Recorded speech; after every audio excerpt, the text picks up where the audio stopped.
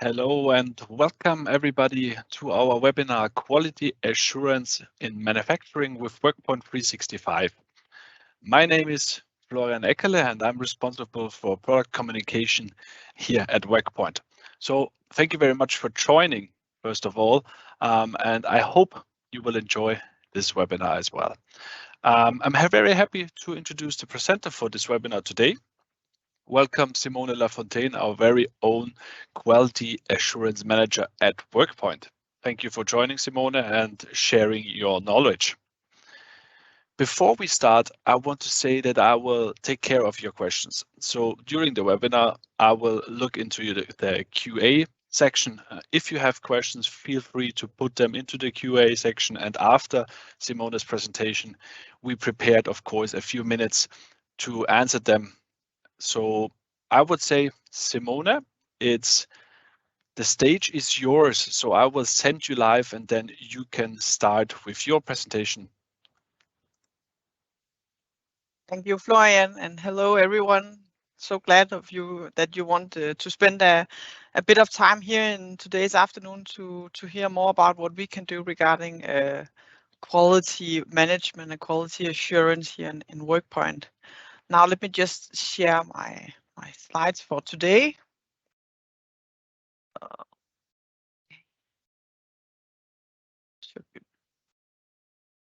Hopefully, you can see them very soon. I put them live, Simone, so your slides are live and you can start. Perfect. Okay, so what I'm gonna talk you through today is a little bit, first of all, I want to introduce myself. As Florian already did a bit of, my name is Simone Lafontaine. I'm the Quality Assurance Manager here with WorkPoint, and I've been with WorkPoint for quite a few years now in various roles. But today I will be the face of today's host, almost, you could say. So I'll take you through a few topics today. First, I'll start out with sharing a few words about WorkPoint, who we are as an organization, and a bit about our products. And then I'll touch on quality management with WorkPoint 365, which is our key product. But I won't hopefully spend too much time on slides because I want to reserve most of today's webinar for a demo of a quality management solution that we have built to show you what we can do in WorkPoint. But first of all, WorkPoint is a Danish software company who have for more than 25 years provided solutions for various organizations who have a strategy to use Microsoft 365. We have been a Microsoft Gold partner for a long time, and we are an organization that is partner driven, and that means that we recognize that our biggest strength is producing software, and the biggest strength of our partners is to use the building blocks that we provide to produce solutions that are tailored to meet the needs of your organizations. We have a wide range of customers because of the way that we have structured our product. We are not discipline specific, we are not industry specific. Well, you can say that we are deliver solutions or deliver products for organizations that have a Microsoft 365 strategy, who are document heavy, who have a need to bring structure to their documents. They are information and knowledge heavy, and they are looking for a business solution. So not just a solution that stands alone, but something that reflects the business that they are in and them as individuals. So at the core of WorkPoint 365 are some functionalities regarding security and metadata, user management, action management, triggers and modules. So we have a core set of building blocks, and what we do is that we use these building blocks in various disciplines. So for example, what we'll touch a little bit on today in risk management, we use the same building blocks for that as we do for life cycle management, or it could be life cycle of products or projects or cases regarding depending on what you're working with. And then we use these building blocks for different disciplines and different business areas. And lastly, what we do then is to say, okay, how do we combine our own building blocks with the tools of the Microsoft 365 platform? Because Microsoft provide a lot of good products that you already know, but what some of you might already have experienced more than once is that they lack in functionality. And one, for example, in terms of setting up a security model that allows you to differ between what's visible to one group of people and what's not visible to another group can be a little bit tricky. That's one of the places where we really have built on top of the Microsoft 365 platform. For us in WorkPoint is all about handling knowledge. Our solutions are built to help you produce knowledge, but also to save it in the right place, to relocate it or find it again once you have saved it, and to share it. Because if you don't share and work with the knowledge or the information that you have, you won't create any value from it. That's like a core philosophy from us. It's not just about producing information or producing knowledge. Working with it, using it, sharing it, collaborating on it, that's where you create value from information. What we see, this is just a slide that summarizes some of the sort of high-level user values that we can see from our products. There is a return on investment because we are not asking you to buy a whole new suite of products if you consider WorkPoint, because we build on top of the products and the investments that you have already made to the Microsoft 365 platform. And that also sort of taps over into the fact that your users will already have a sense of familiarity because they know Word, they know Excel, they know SharePoint, at least some of them know SharePoint. So there will be a sense of recognition and familiarity that we build on top. And plus, by building on top of your existing IT solutions, you will also make your IT management a little bit more happy because it's not a completely new set of tools it's new tools, but it's not a new platform. We are just extending your existing platform. So before we dive into to the demo, I just want to tie some few words onto our quality management solution. And when I say our, I want to emphasize that this is what I'm going to show you today is an example, because we are very configurable with our products. What we see in terms of quality assurance and quality management from WorkPoint is that what we can provide is structure to all the policies that you have, your business procedures or process descriptions, your forms. We can tie it all together in a structure that makes sense, so you don't have to just keep it all in one file drive somewhere where nobody will look at it. We have functions where we can ensure that once you move through, for example, an audit, and if you have a procedure or a policy that says that you always need to have a completed checklist, for example, we can ensure that you can't set your audits as being finalized before you have completed or made your checklist, for example. So we have tools and controls to ensure that you capture and retain the documentation that you need. As I touched on, we have audit functionality, and we also have registers for non-conformities where you can build it up and ensure that it can be linked to non-conformities found during audits, or it can be non-conformities that have been reported during daily work of your staff. We have an option for recording KPIs and KPI measurements, so you can keep track on how you're doing, and you can also build up flows for monitoring your supply chain. So these are just again a summary of key benefits. Your WorkPoint solution is intended to be dynamic. It's something that reflects your organization and the way that you work.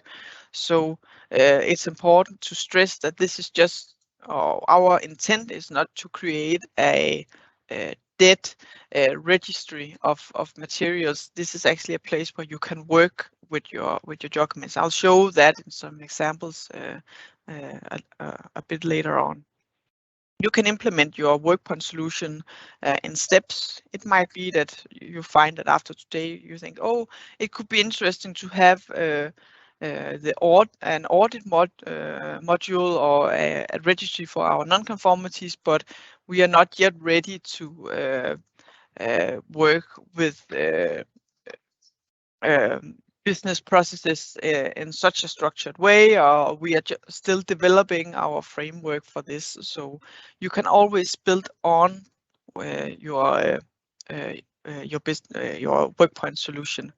That also means that if you already have a WorkPoint solution or you are considering that it could be interesting to have this in relation to, for example, projects or contract management, then you can add modules to your existing solutions which have these functionalities. Again, you can tailor it to match your organization.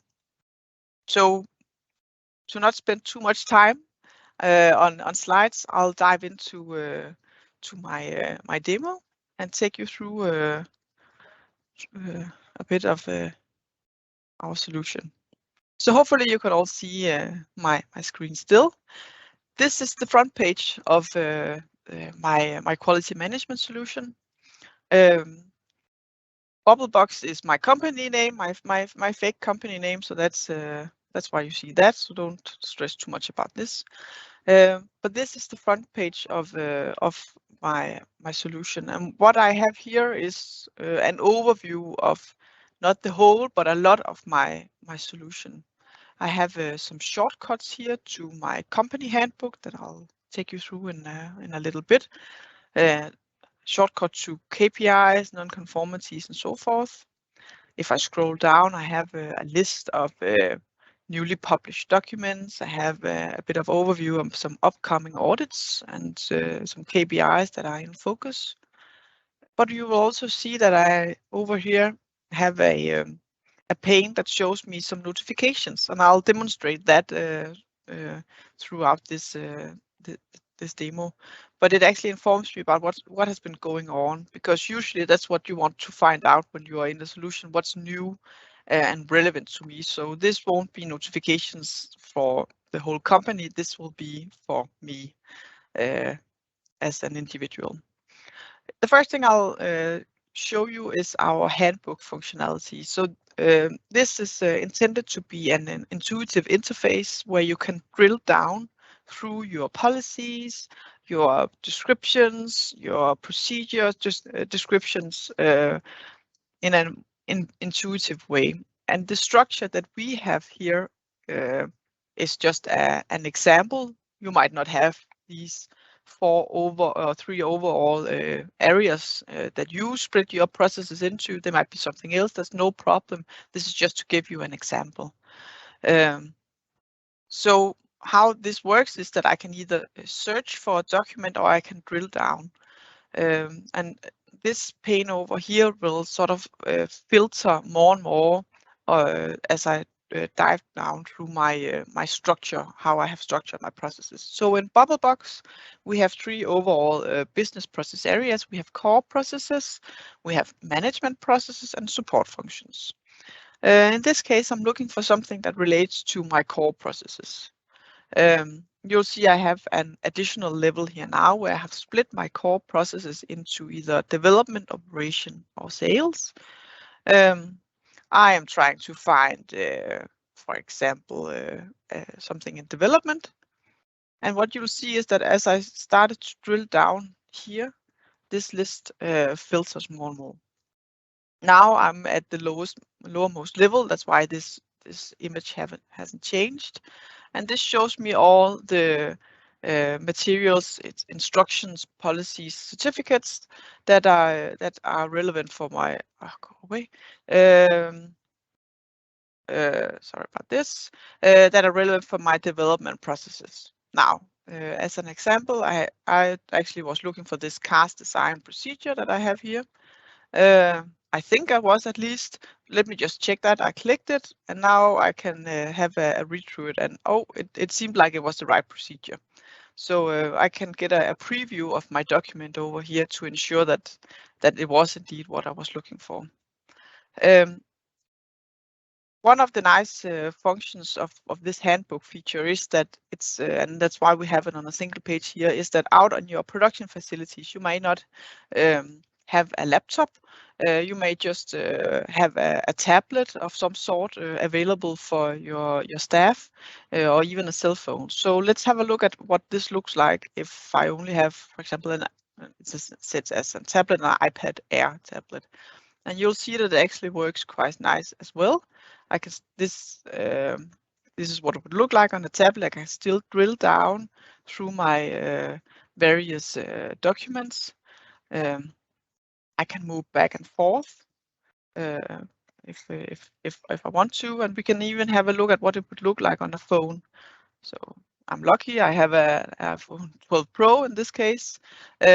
So I can still on my phone access my company handbook. I can find my core processes. I can drill through all my levels, and I can find my documents, and I can still preview them on a phone. So it looks right. This is how you would scroll on the phone, and I can close it out up again. So it's very nice to have this available on a portable device, which might be what you only have when you're in the field somewhere, or if you're on a production floor. Another way that you could structure if you find that, oh, this is not up to my way of structuring things, I like it a little bit differently, is that you could structure your information in various lists. And that's what we have done in this place. We have, for Bubble Box, collected all the organizational information. Could be org charts, certificates, policies, management evaluations. Again, this is just examples of what you could have shown in your solution. The idea is just to show that this is another way of structuring materials. It could also just be one big list if that's what you prefer. It's in this case, it's intended to be sort of an area where you go to look up something like, oh, how is it that our org chart is for this year, or for my staff association, or whatever I'm looking for. I'll move on a little bit, and I'll take on two sort of hats, you can almost say, or perspectives on this. First, I'll take on the sort of the individual's perspective. I just want to look at the processes and policies that are relevant to me. And that's why we have created this this page called My Management System. So again, I have my notification. I have the business processes that I am Chris today, that I am either an owner of, or maybe I'm just responsible for the process. It could also be that I'm just a contributor to a specific process. It also shows that I have some tasks down here that I need to take care of at some point. So this looks across the organization or across my solution, and is intended to sort of, once you grow your management solution, you will have you may have a lot of business processes or procedures. You may have a lot of material growing up on you, and if you have a big workforce, they can lose overview. So that's why we have made this this overview. We can take a look at some of what we have filtered some lists down here. We have the business processes that are in preparation, because as you can see here, we have some that are not yet active. But I want to have a look at the active business processes. These are the ones in my case that I have decided are sort of working across my organization. In this case, I have 3 different business processes, not for the company, but for me as Chris, that I'm owner of or responsible of or involved in some way. I can actually see that some of them are due for review in not too long. So let's take a look at one of them. The first one I'll have a look through is a process for a cast design that we apparently design casts here in Bubblebox. And the front page of this that I just moved into, this is my business process. So think of it as the front page of your file folder if you are sort of going totally analog. This is the first thing I want to get an overview of. You could also consider it as if you were only to read up on the process or the procedure for cast design, and you were not involved in doing reviews of the process, you were not involved in reviewing any of the materials, you just needed to get an overview of the process itself, then you can have an image of it that I have drawn up here, and you have some published documents. And I can see in this case, I have 2 documents that have been published. I have a procedure for cast design, and I have a checklist for doing reviews in relation to this process. We can put various metadata on files in here. That's up to you. If you're not working with document IDs, you don't need to have it. You can decide the sort of the string here. It's completely up to you if you have your own taxonomy. It's up to you. This is just a suggestion from us. Now, Chris here, he was responsible for this process. So we have some bit of different documents that we have access to here. We have published documents. You can see that it's the same list as I have here. But we also see that we have some working documents and documents for approval. Let's have a look at the working documents first, because here you see that for cast design, this process, we have more than just the 2 published documents. We are actually working on quite a lot of different documents. They're just not published yet. They might be in a draft stage or needing to be approved before we can decide to publish them.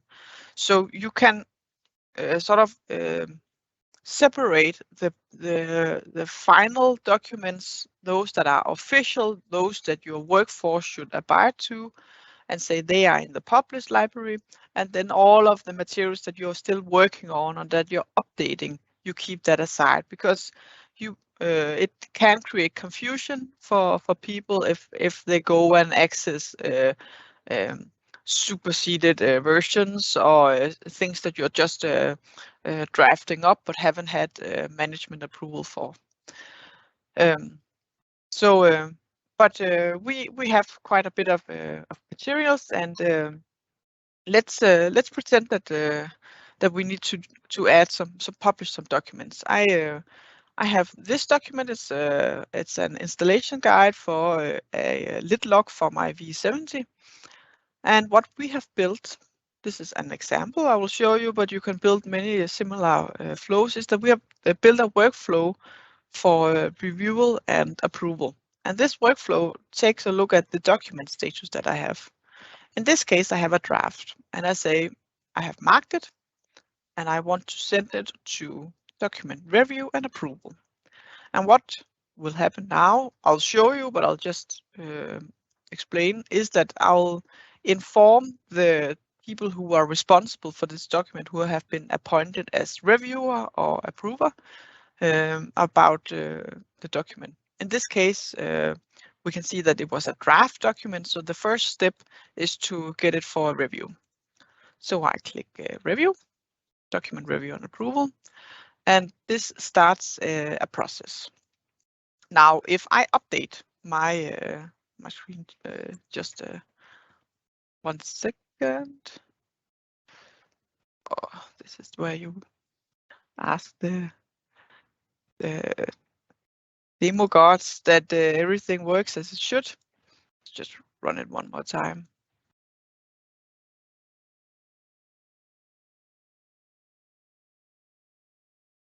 It's what I have set this flow up to do is to actually make a send me a request on Teams to approve the document.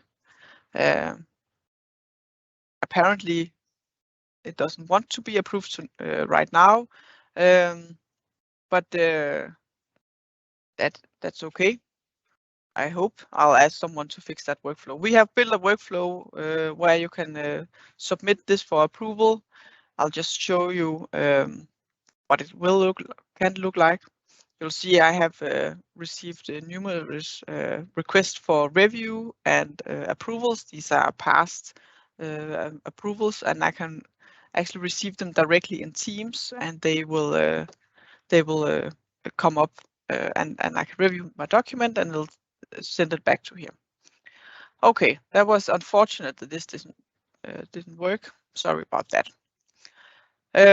Once you have reviewed and approved a document, it will switch over to be approved. And what we can do then is to say, okay, let's publish it. Because as you could see, there were a lot less published documents.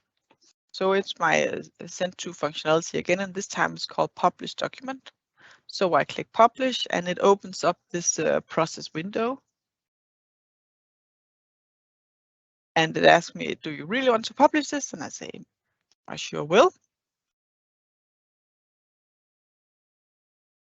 And then it sort of converts the document in from a Word file to a PDF, and it submits it or creates a copy of it that's linked to this document and puts it in the published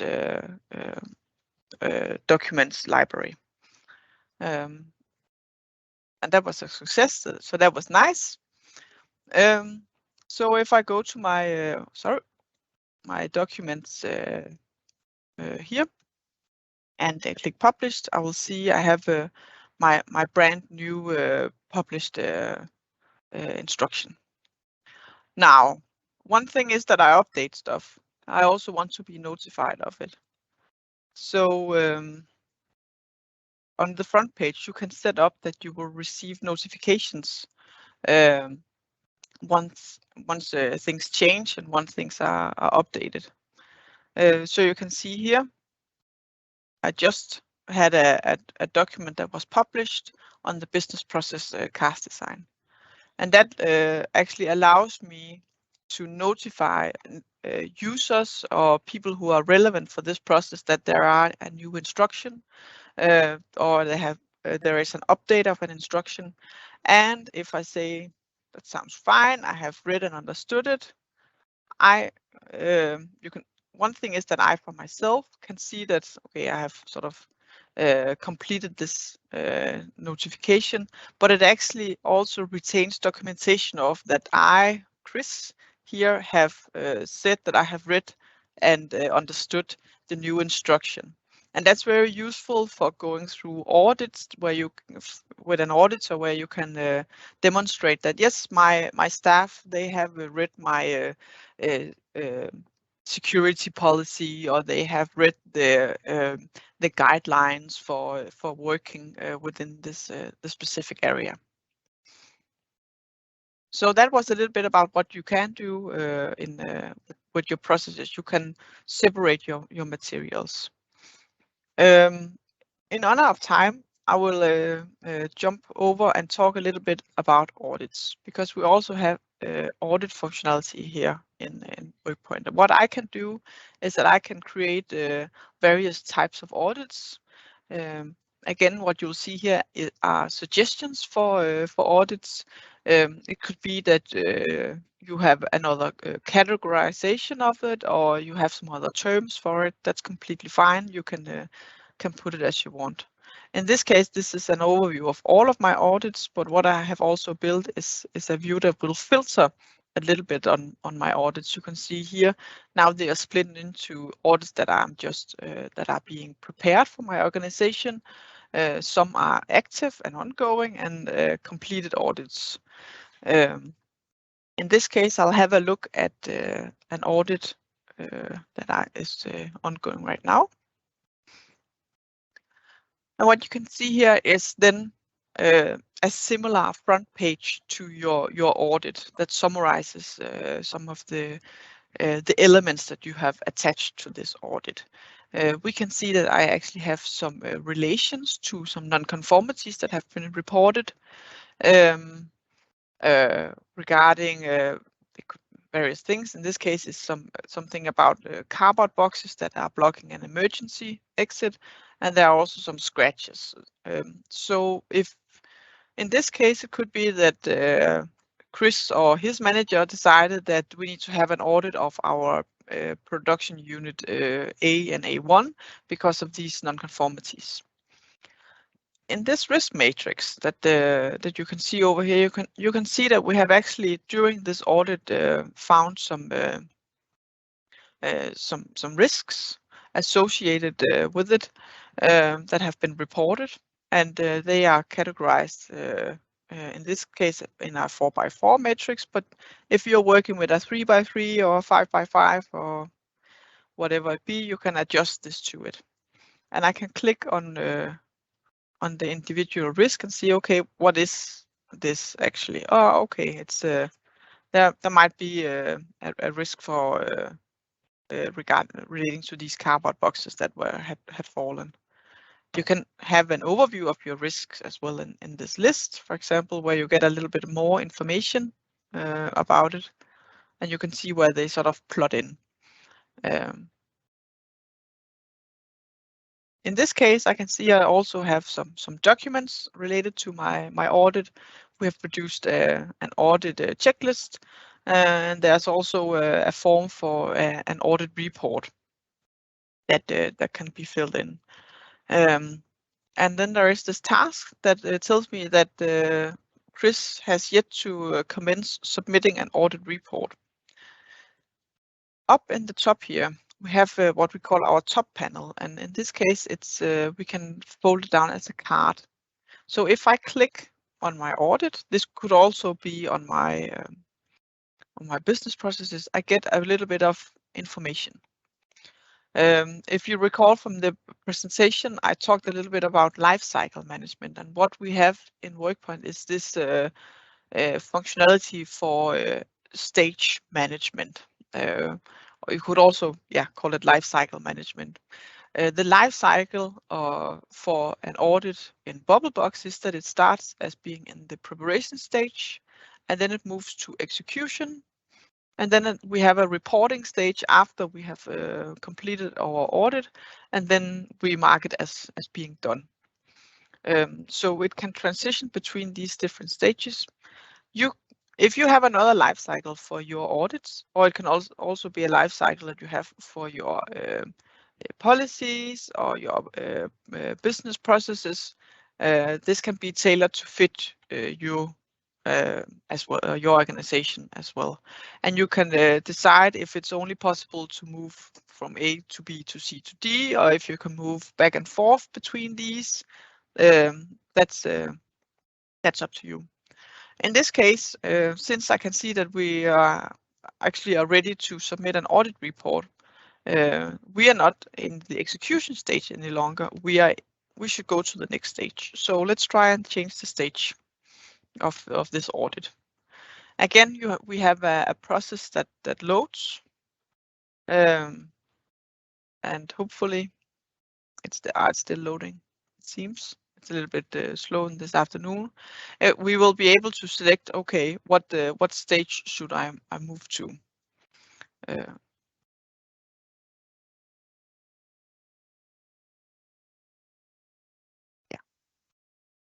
Not today, it says. It's not really jumping up and down today. But you can change your stage and you can move between your stages in your life cycle. Now, while we still have a little bit of time, we can see that there were some non-conformities related to this audit. So let's have a look at how you can make a non-conformity register. Here in WorkPoint, we have, well, for Bubblebox, we have set it up as a sort of a big registry where people can register non-conformities that they have seen. You can sort of decide them, for how to split them up. This is a general overview, but I can also have an overview of the non-conformities that I have reported. If there have been reported non-conformities where they haven't been assigned a responsible to follow up on them, and you can see open non-conformities. It could also be that you want some other views. That's totally up to you. Let's have a look at this non-conformity regarding cardboard boxes blocking the emergency exit.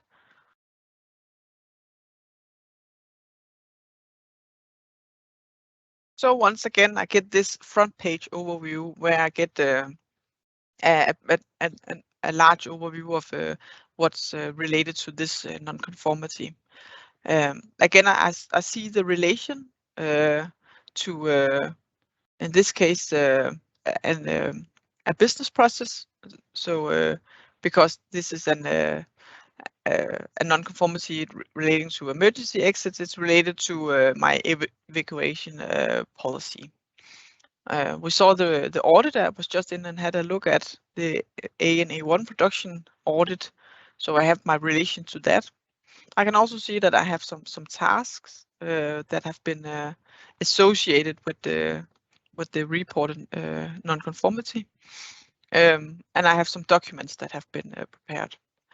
We can also see that we have the risk matrix once again, and you can decide what sort of information that you want in your solution. In this case, we have various metadata associated with our risks. And let's see if it wants to let us report another one, because there might be more than one risk associated with this non-conformity. So in this case, I have just decided that pre-made some info that there is also a risk of cardboard boxes falling on employees. I can describe a bit more about the risk, and then I can select the risk type.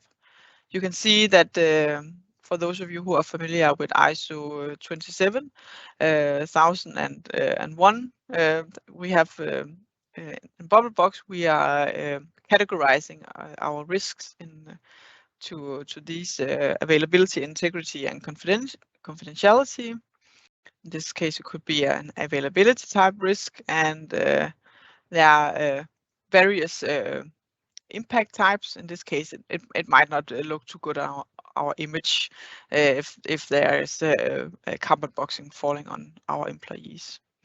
And that would be unacceptable if that happens, because it could be that the employees, they get hurt. The probability of this happening in this case could be high, because we have observed it. I mean, that's why we have this non-conformity. So I'll just elaborating on that it has been seen, and it happens because in this case we have decided that there are no rail on the raised storage. So I can elaborate further and further on all of these various metadata fields to capture the risks that I have. In this case, I think it's fine what we have now. So I am submitting the risk, and then it will be created in WorkPoint. And if we refresh it, you'll see that it appears right here.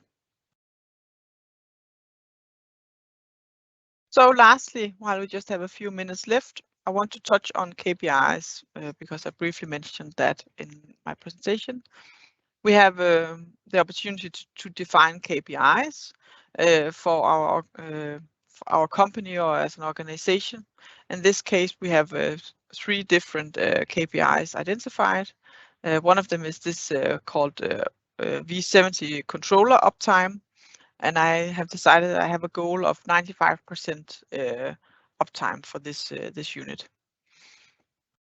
If I have a look at it, you can see that I have made reports throughout the year of how much time that percentage of the time that it's up and running, and you also get that graph displayed over here.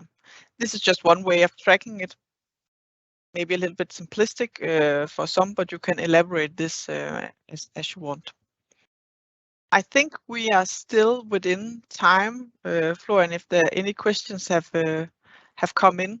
So Thank you very much, Simone, for this great presentation. First of all, I want to also highlight that we saw, I think, the first time brand new stuff with automation, notifications, and everything else. So I think this was very, very nice. I know not everything worked perfectly, Simone, but I think it's very nice to see them and also to experience how we can use them in a very nice use case. So thank you very much, Simone. This was very nice. I think now it's time also for our attendees to ask questions, but I give you a little bit of time. I want to highlight also as well one thing, and it's our YouTube channel, so the WorkPoint 365 Explore, where we have a lot of nice tips and tricks which you can use in our product, but also we have nice case stories and also interviews with employees and also partners and customers. So check this out.